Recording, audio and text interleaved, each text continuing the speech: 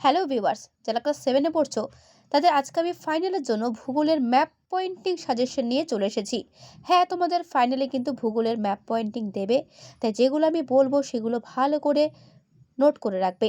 দেখো, তোমাদের ভূগোল বইয়ের 105 নম্বর পাতায় আফ্রিকা মহাদেশে একটা ম্যাপ দেওয়া রয়েছে এবং ওপরে কিছু জায়গার নাম দেওয়া রয়েছে, যে জায়গায় তোমাদের ম্যাপে কিন্তু চিহ্নিতকরণ বা অবস্থান সম্পর্কে জানতে দেবে।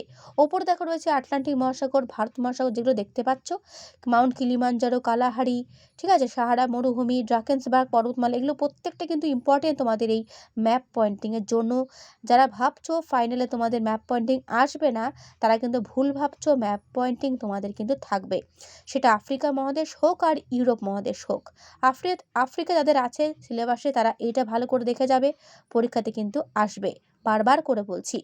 আর যাদের ইউরোপ মহাদেশ রয়েছে, তারা যেগুলো দাগানো দেখতে পাচ্ছ, জিব্রাল্টার প্রণালী, ইংলিশ চ্যানেল, পোল্ডার ভূমি, ঠিক আছে, ইউরোপের সর্বোচ্চ শৃঙ্গ মাউন্ট এলবুর্জ, রুর শিল্পাঞ্চল, রাইন নদী, ককেসাস পর্বতমালা, টেমস নদী, যেগুলো দাগানো দেখতে পাচ্ছ, এইগুলো প্র্যাকটিস করবে ইউরোপ মহাদেশের ম্যাপে। ঠিক আছে, তোমাদের কিন্তু ফাইনালে ইউরোপ আর আফ্রিকা থেকে ম্যাপ পয়েন্টিং আসার সম্ভাবনা রয়েছে বেশি পরিমাণে, তাই যেগুলো আমি বলছি এগুলো কিন্তু করো। এখানে শুধুমাত্র ম্যাপের কথাই আমি বললাম, ভূগোলের ফুল সাজেশন তোমাদের চ্যানেলে দেওয়া আছে।